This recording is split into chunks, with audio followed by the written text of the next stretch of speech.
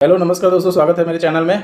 कल मैंने आपको बताया था कि 23,850 के ऊपर अगर क्लोजिंग मिले तभी नहीं बाइंग करेंगे, और आज देखिए क्या हुआ। मार्केट में एक बैड न्यूज़ आई और सारा खेल खराब हो गया मार्केट का। और अप्रॉक्सीमेटली 532 पॉइंट निफ्टी अभी निगेटिव ट्रेड हो रही है 23,246 245 पे, और 74,980 के आसपास सेंसेक्स ट्रेड हो रहा है।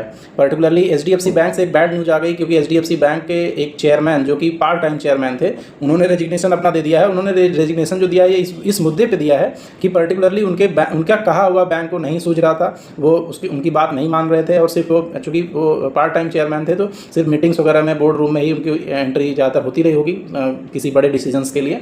वो उन्होंने आरोप लगाया कि मेरी बातें नहीं सुनी जा रही थी और कुछ एथिकल वर्क्स नहीं हो रहा था बैंक के अंदर, इसकी वजह से मैं रेजिग्नेशन डाल रहा हूँ अपना। जिसकी वजह से एचडीएफसी बैंक आज 770 का लो लगाया था। सुबह तो 8-9% डाउन था, अभी 4.5% के आसपास डाउन है, 11:30-12 बजे के आसपास, और 806 रुपये पे चल रहा है। 4.5% डाउन है। क्या ये अपॉर्चुनिटी हो सकती है? तो देखना होगा कि इसका कितना इम्पैक्ट होता है। लेकिन एचडीएफसी बैंक का मैनेजमेंट सामने आ गया है और उसने क्लियर कर दिया है कि ऐसा कुछ बात नहीं है, सब कुछ हमारे कंट्रोल में है। कोई ऐसा फ्रॉड, कोई ऐसा लोन, किसी तरह का कोई नेगेटिविटी नहीं है जो हमें नहीं मिल पा रहा हो या कोई दिक्कत हो।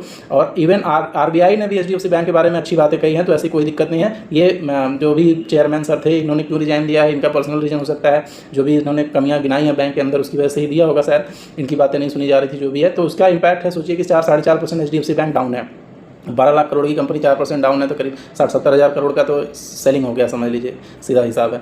तो ये कहने का मतलब है कि मार्केट जितना बढ़ी थी, सेंसेक्स 1700-1800 पॉइंट टुडे डाउन है। मतलब 19 मार्च को 1700-1800 पॉइंट सेंसेक्स डाउन है। ये सब चीज़ें क्या दिखा रही हैं कि अभी भी लॉन्ग टर्म में पैनिक बना हुआ है मार्केट में, अभी भी रिस्क है। 24,000 के ऊपर निकलने पे या 23,850 के ऊपर निकलने पे भी हम ट्रेंड रिवर्सल मानेंगे। 3 दिन से मार्केट थोड़ा थोड़ा पॉजिटिव हो रही थी, लोगों को लगा कि बाइंग करनी चाहिए, कल बाइंग हुई और आज देखिए क्या हुआ हाल। तो यही हाल होना है अभी आप बच के रहिए। एचडीएफसी बैंक का केस आपको समझा दिया। धन्यवाद दोस्तों। अगर वीडियो अच्छी लगती हो तो लाइक करिए, शेयर करिए, सब्सक्राइब करिए। धन्यवाद।